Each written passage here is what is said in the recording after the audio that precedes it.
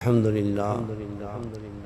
لله وكفى وسلام على عباده الذين اصطفى أما بعد أعوذ بالله من الشيطان الرجيم بسم الله الرحمن الرحيم إنه لقرآن كريم في كتاب مكنون لا يمسه إلا المطهرون سبحان ربك رب العزة عما يصفون وسلام علی المرسلین والحمد للہ رب العالمین۔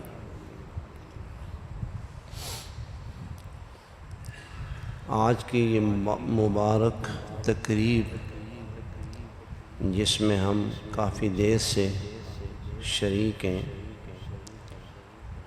یہ ان بچوں کے اعزاز میں منعقد کی گئی جو اس مدرسے میں اور اس ادارے میں قرآن مجید حفظ کر رہے ہیں۔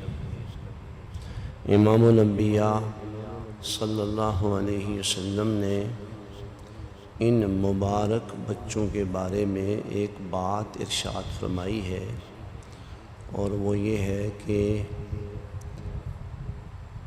جب یہ بچے اس مبارک کلام کو اپنے سینے میں محفوظ کر لیتے ہیں تو پھر انہیں حاملین قرآن کہا جاتا ہے۔ ان حاملین قرآن کے بارے میں ہمارے نبی پاک صلی اللہ علیہ وسلم نے فرمایا، اذا مات حامل القرآن فأوحى اللہ تعالی الی الارض الا تأکلی لحمہا۔ موت سب کو آنی ہے، یہ دنیا سب نے چھوڑنی ہے، لیکن امام الانبیاء صلی اللہ علیہ وسلم کی زبان مبارک، وہ مبارک زبان جس کے بارے میں خود رب کائنات نے کہا ما ینطق عن الہویٰ، میرے محبوب کا بولنا بھی اپنی مرضی کا نہیں ہے۔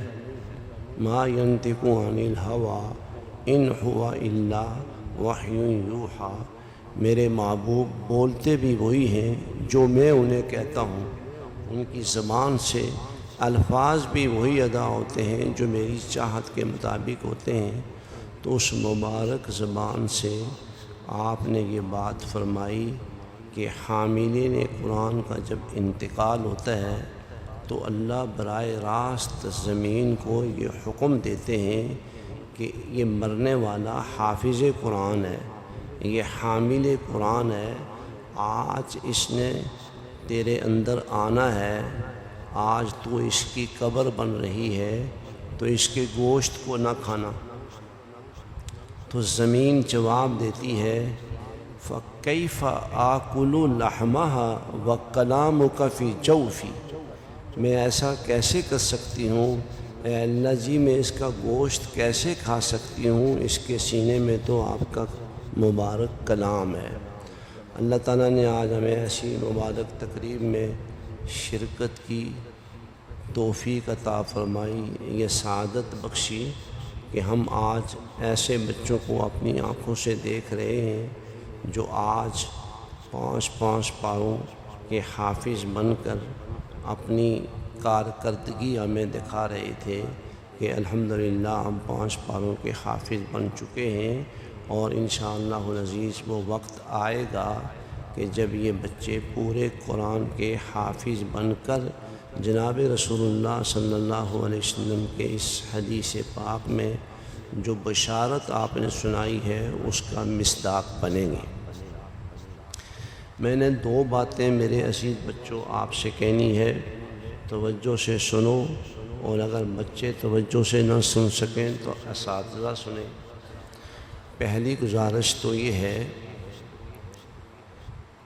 کہ اللہ رب العزت نے روئے زمین میں کروڑہا انسانوں میں سے میرے عزیز بچوں آپ کو اللہ نے منتخب کیا ہے، اور جناب رسول اللہ صلی اللہ علیہ وسلم نے آپ ہی کے بارے میں یہ بات کہی، اشراف امتی حملۃ القرآن و اصحاب اللیل، یہ الفاظ پیغمبر ہیں جو ان عزیز اور ان عظیم بچوں کے لیے کہے گئے کہ میری امت کے سب سے نامور سب سے زیادہ باعزت وہ لوگ ہیں جو قرآن پڑھتے پڑھاتے ہیں۔ تو میرے عزیز بچوں، یہ انتخاب خداوندی ہے، اللہ نے تمہیں چنا ہے۔ اس کے ساتھ آپ نے ایک دوسری بات کہی، وَأَصْحَابُ اللَّيْلِ، اور راتوں کو اٹھنے والے، یہ میری امت کے سب سے زیادہ باعزت لوگ ہیں۔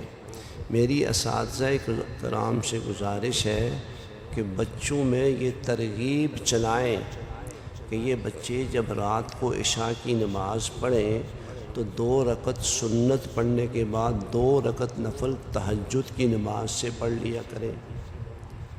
بھئی عشاء کی نماز تو سارے پڑھتے ہیں نا، یوں تو تہجد کے لیے مشہور یہ ہے کہ آخری پہر اٹھنا پڑتا ہے، ایسا کوئی ضروری نہیں، آپ عشاء کی نماز کے بعد کسی بھی وقت تہجد پڑھ سکتے ہیں۔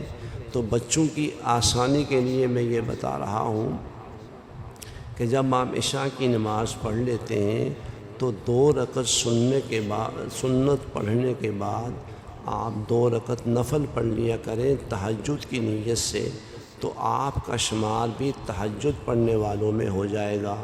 تو یوں جناب رسول اللہ نے جو ارشاد فرمایا، اشراف امتی حملۃ القرآن و اصحاب اللیل، کہ میری امت کے سب سے زیادہ معزز لوگ وہ ہیں جو قرآن پڑھتے ہیں اور جو راتوں کو اٹھتے ہیں۔ یوں آپ کو بچپن سے ہی یہ فضیلت حاصل ہو جائے گی۔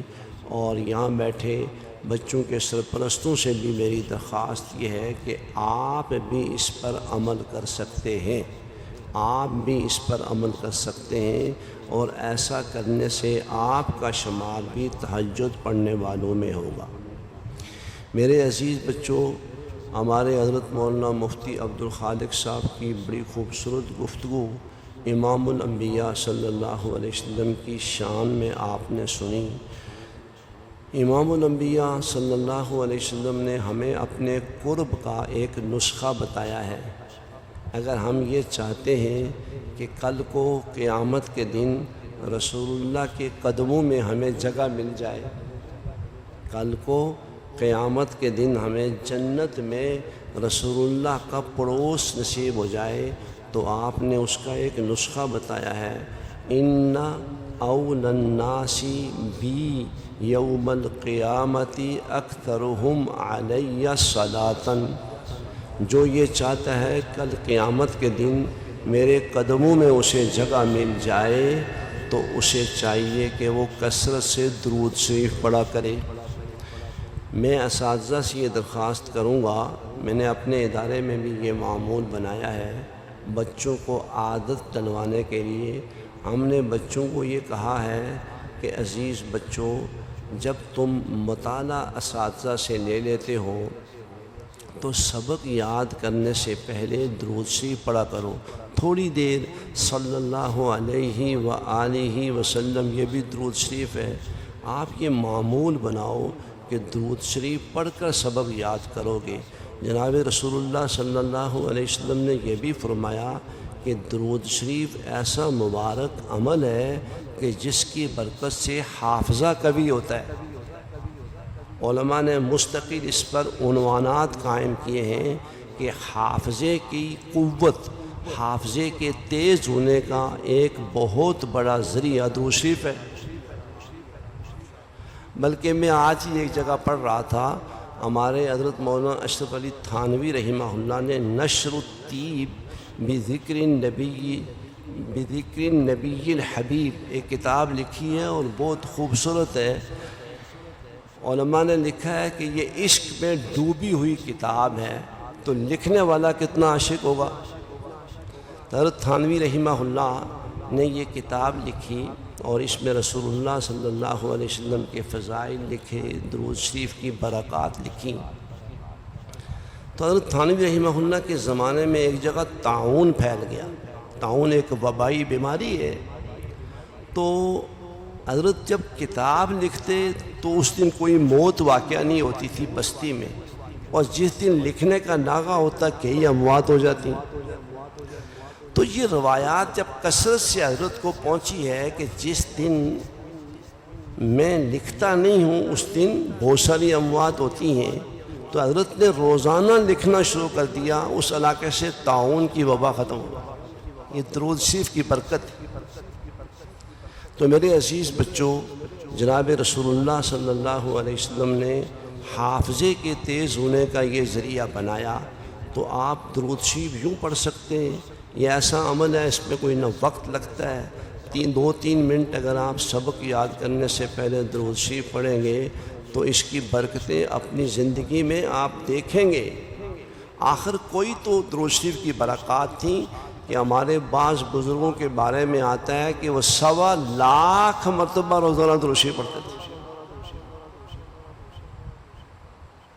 بلکہ حدیث میں آتا ہے کہ جب کوئی شخص درود شریف پڑھتا ہے اور درود شریف پڑھنے کی وجہ سے اسے زیادہ دعائیں مانگنے کا موقع نہیں ملتا، اللہ اس کی سب دعائیں قبول کرتے ہیں۔ اسی طرح جب آپ اپنے استاد کو سبق سنانے جاتے ہیں تو جانے سے پہلے جب آپ لائن میں لگتے ہیں تو کوشش کیا کریں کہ وہ تھوڑی دیر درود شریف پڑھ لیں اور پھر یہ دعا کر لیں دلی دل میں، اللہ اپنے استاد کو سبق سنانے جا رہا ہوں، میری مدد کیجیے۔ آپ دیکھیے گا آپ کے سبق کا کبھی ناغہ نہیں ہو۔ سب کی پارہ ہے منزل، ہر کام سے پہلے اگر آپ درود شریف پڑھنے کا اس عمر میں معمول بنا لو گے تو بچپن سے ہی آپ برکات کا مشاہدہ کرو گے، اللہ آپ کے سارے کام وقت پر کرائے گا۔ میری ان 2 گزارشوں کو یاد رکھیں۔ اساتذہ سے میری درخواست ہے کہ اپنے بچوں میں آج کلاس میں گیا تو مجھے ایک پرچی دی گئی، تو بعض بچیوں نے مجھے بڑی حیرت ہوئی، کہا کہ الحمدللہ ہم نے 1.5 لاکھ مرتبہ درود شریف پڑھا ہے۔ ان ایام میں ہم نے 1.5 لاکھ مرتبہ درود شریف پڑھا ہے۔ اور ہمارے بچے تو بعض ایسے ہیں، میں جمعے کے دن اپنے چھوٹے چھوٹے بچے ہمارے ہاں انہیں صبح ترغیب دیتا ہوں کہ آج شام کو مجھے بتانا تم نے کتنی مرتبہ درود شریف پڑھا ہے۔ ہر ایک نے وہ کاؤنٹر ہاتھ میں لیا ہوا ہوتا ہے۔ عصر کی نماز کے بعد جمعے کے دن ہم مغرب سے تھوڑا پہلے مسجد میں بیٹھتے ہیں تو مجھے بچے بتاتے ہیں ہم نے 2000 مرتبہ پڑھا، بعض بچے کہتے ہیں ہم نے 3000 مرتبہ پڑھا۔ ایک شوق پیدا ہو گیا بچوں میں۔ پھر میں نے بچوں میں یہ ترغیب چلائی کہ مجھے ایک ہفتے میں یہ رپورٹ دو کہ تمہارا اس ہفتے میں سبق کا ناغہ کتنا ہوا، سب کی پارے کا ناغہ کتنا ہوا۔ الحمدللہ بچے بتاتے ہیں کہ ہم جانے سے پہلے درود شریف پڑھتے ہیں، ہمارا کوئی ناغہ نہیں۔ یہ میں برکت بتا رہا ہوں۔ اسی طرح یہاں بچوں کے سرپرست بھی موجود ہیں، درود شریف پڑھنے کو بھی اپنی زندگی کا معمول بناؤ۔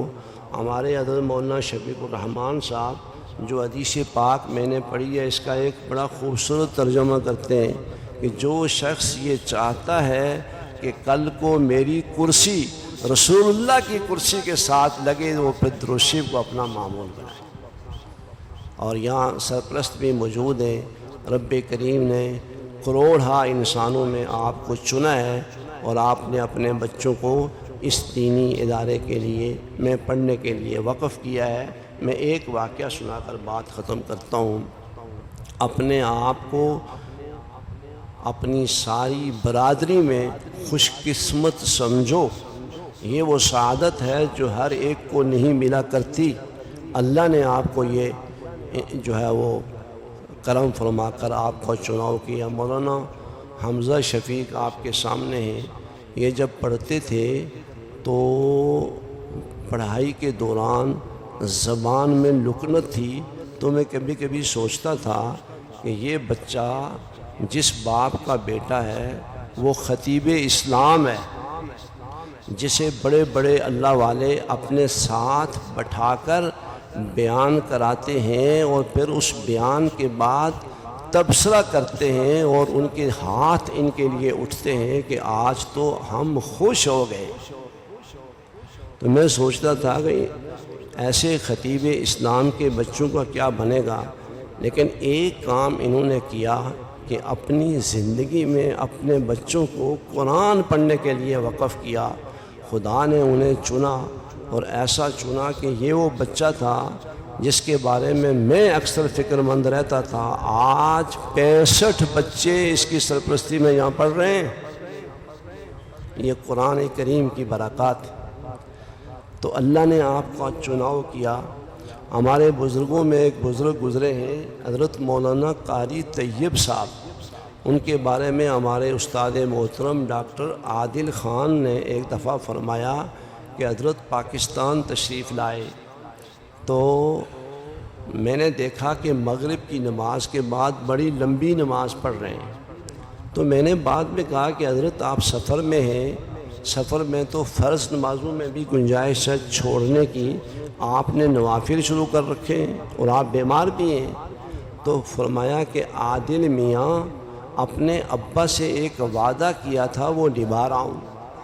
تو میں نے کہا جی کیا وعدہ تھا؟ کہا کہ میرے ابا کا جب انتقال ہونے لگا تو مجھے بلایا اور کہا طیب میں جا رہا ہوں، بیٹا مجھے تمہاری طرف سے ایک تحفہ چاہیے، کیا تم وہ تحفہ مجھے دو گے؟ میں نے کہا ابا جان فرمائیے وہ کیا تحفہ ہے؟ فرمایا بیٹا جب میں دنیا سے چلا جاؤں تو میرے لیے قرآن پڑھنا، اور جب انتقال کا وقت قریب آ گیا تو نگاہیں اٹھا کر میری طرف دیکھا، گویا مجھے میرا کیا ہوا وعدہ یاد دلا رہے ہیں۔ 20 سال کا عرصہ بیت گیا عادل میاں، 20 سال ہو گئے، میں ہر روز سفر میں ہوں یا گھر میں ہوں، مغرب کی نماز میں اوابین میں 5 پارے اپنے ابا کے لیے پڑھتا ہوں۔ یہ سعادت آپ بھی حاصل کر سکتے ہیں۔ بچپن سے اپنے بچوں کو جب اس راستے پر ڈالیں گے، آپ دنیا میں نہیں رہیں گے، اللہ کی قسم آپ کی قبر روزانہ ان بچوں کی تلاوت سے روشن و منور ہو سکتی ہے، پر یہ جذبہ آپ کا اس تعلیم کے دوران ہونا چاہیے۔ اور یوں کہا کرو اپنے بچوں کو، بیٹا میں تمہیں اپنے لیے پڑھا رہا ہوں، میں تمہیں اپنے لیے پڑھا رہا ہوں، اس جذبے کے ساتھ پڑھائیں۔ جو اپنا بچہ نہیں پڑھا سکتے نا تو قرب و جوار میں کسی کے بچے کو لیں۔ میں نے ایک مرتبہ اعلان کیا کہ ہمیں اگر آپ لوگ اپنا بچہ پڑھنے کے لیے نہیں دیتے ہو تو کسی کے بچے کو کفالت میں لو۔ 400 بچے ہمارے ادارے میں کفالت میں پڑھ رہے ہیں جن کو کوئی پڑھا رہا ہے، اور اپنے بچوں کے لیے لوگ میں نے اتنے فکر مند نہیں دیکھے جتنے میں نے ان لوگوں کو فکر مند دیکھا جن کے بچے اپنے نہیں، پر وہ ہر ہفتے ہمیں فون کرتے ہیں کہ میرے بچے کا کیا حال ہے، اسے کتنے بارے ہوئے ہیں۔ تو وہ 400 بچے ہمارے کمپیوٹر پر ہیں اور ہمیں ان کی بڑی فکر ہوتی ہے، اس لیے کہ اس بچے کو جو شخص پڑھا رہا ہے 10 بچے بھی بعض لوگوں نے لیے ہوں۔ بعض اوقات مجھے پشاور سے ایک مرتبہ ایک فون آیا، وہ کوئی خاتون تھی، مجھے بعد میں پتہ چلا وہ ایک ڈاکٹر ہے، تو انہوں نے 3 بچے لیے ہوئے تھے۔ مجھے ایک میسیج آیا تو میں نے پوچھا کہ آپ کو کس نے بتایا؟ اس نے کہا کہ ہمارے ایک ساتھی تھے ڈاکٹر، جب ہم تعلیم حاصل کر رہے تھے، اب وہ بھی کہیں ڈاکٹر ہیں، میں بھی ڈاکٹر ہوں، ایک ہاسپٹل میں ہیڈ آف دی ڈپارٹمنٹ ہوں، تو مجھے انہوں نے کہا کہ میں تو 2 بچے حافظ بنا رہا ہوں۔ تو میں نے کہا تم بنا سکتے ہو تو میں نہیں بنا سکتی، میں 3 بناؤں گی۔ تو وہ اس وقت سے اتنی فکر مند ہیں کہ مجھے بعض اوقات ہمارے دفتر کے لوگ بتاتے ہیں کہ وہ ہر مہینے فون کر کے یہ پوچھتی میرے بچوں کا کیا حال ہے۔ اس نے بچے نہیں دیکھے، وہ تو پشاور میں رہ رہی ہیں۔ تو ایک تو اس کا اہتمام کریں کہ اپنے بچوں کو پڑھائیں، اور اپنا نہیں پڑھا سکتے تو کسی کے بچے کو حافظ قرآن بناؤ، یہ کل تمہارا ہاتھ پکڑ کر تمہیں جنت میں لے جائے۔ میری ان گزارشات کو آپ نے توجہ سے سنا۔ میری درخواست ہے آپ سب سے کہ آپ اس ادارے کے لیے دعا کریں۔ ہمارے مولانا شفیق الرحمان صاحب یوں تو ملک بھر کے کونے کونے میں اور کریا کریا اور بستی بستی اللہ کا پیغام پہنچا رہے ہیں، اور بہت خوبصورت اور اصلاحی عنوانات پر ان کے بیانات ہوتے رہتے ہیں۔ ان کا اپنا ادارہ اتنا بڑا ہے کہ اس ادارے کے ہوتے ہوئے انہیں قطعاً کوئی ایسی ضرورت نہ تھی، لیکن لوگوں کی طلب نے اور بعض دوستوں کے اصرار نے انہیں اس طرف توجہ دلائی اور انہوں نے یہاں آ کر یہ ادارہ قائم کیا۔ اور ماشاءاللہ یہ بچے پڑھ کر شام کو اپنے گھر چلے جاتے ہیں۔ یہ تعداد اگر 65 ہے تو یہ 200 تک یہاں گنجائش ہے۔ آپ لوگ اپنے بچوں کو یہاں قرآن پڑھائیں، اور پھر یاد رکھیں اور یاد رکھیں، اللہ کی قسم، جہاں خیر کے کام ہوتے ہیں اس کے اثرات اس پورے علاقے پر پھیلتے ہیں، اور خیر کے کاموں میں قرآن مجید کی تعلیم سے بڑھ کر کیا کام ہو سکتا ہے؟ کیا کام ہو سکتا ہے؟ اس خیر